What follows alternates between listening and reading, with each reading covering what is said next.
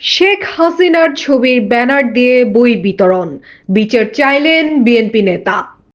নোয়াখালীর চাটখিলে সাবেক প্রধানমন্ত্রী শেখ হাসিনার ছবি সম্বলিত ব্যানার দিয়ে বই বিতরণের ঘটনার ছবি সামাজিক যোগাযোগ মাধ্যমে পোস্ট করে জড়িতদের বিচারের দাবি করেছেন বিএনপির নেতা মোহাম্মদ তাজুল ইসলাম। মুহূর্তের মধ্যে বই বিতরণের ওই ছবি সামাজিক যোগাযোগের মাধ্যম ফেসবুকে ছড়িয়ে পড়ে। এতে মানুষের মাঝে বিরূপ প্রতিক্রিয়া দেখা দেয়। ইচ্ছে করে এমনটা করা হয়েছে বলে দাবি করে শিক্ষা কর্মকর্তা ও শিক্ষকদের বিচার দাবি করেন তিনি। নতুন রাজনৈতিক দলের উত্থান নিয়ে বিচলিত হওয়ার কিছু নেই বলে মন্তব্য করেছেন বিএনপির ভারপ্রাপ্ত চেয়ারম্যান তারেক রহমান। তিনি বলেছেন, দেশে প্রয়োজনে নতুন রাজনৈতিক দলের উত্থান ঘটবে, এটি গণতান্ত্রিক রীতি।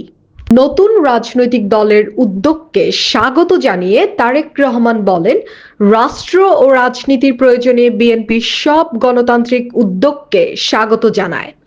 বিএনপি তার জন্ম লগ্ন থেকে আজ পর্যন্ত সব পরিস্থিতিতে সব সময় বহু দল বহু মতের চর্চার পক্ষে।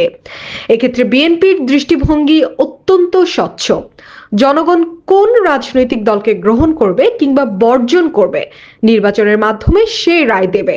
কিন্তু যারা জনগণের আদালতের মুখোমুখি হতে ভয় পায় অথবা তাদের ভিন্ন কোনো উদ্দেশ্য রয়েছে, তারাই নির্বাচন অনুষ্ঠান নিয়ে নানা রকম বিভ্রান্তি সৃষ্টি করে।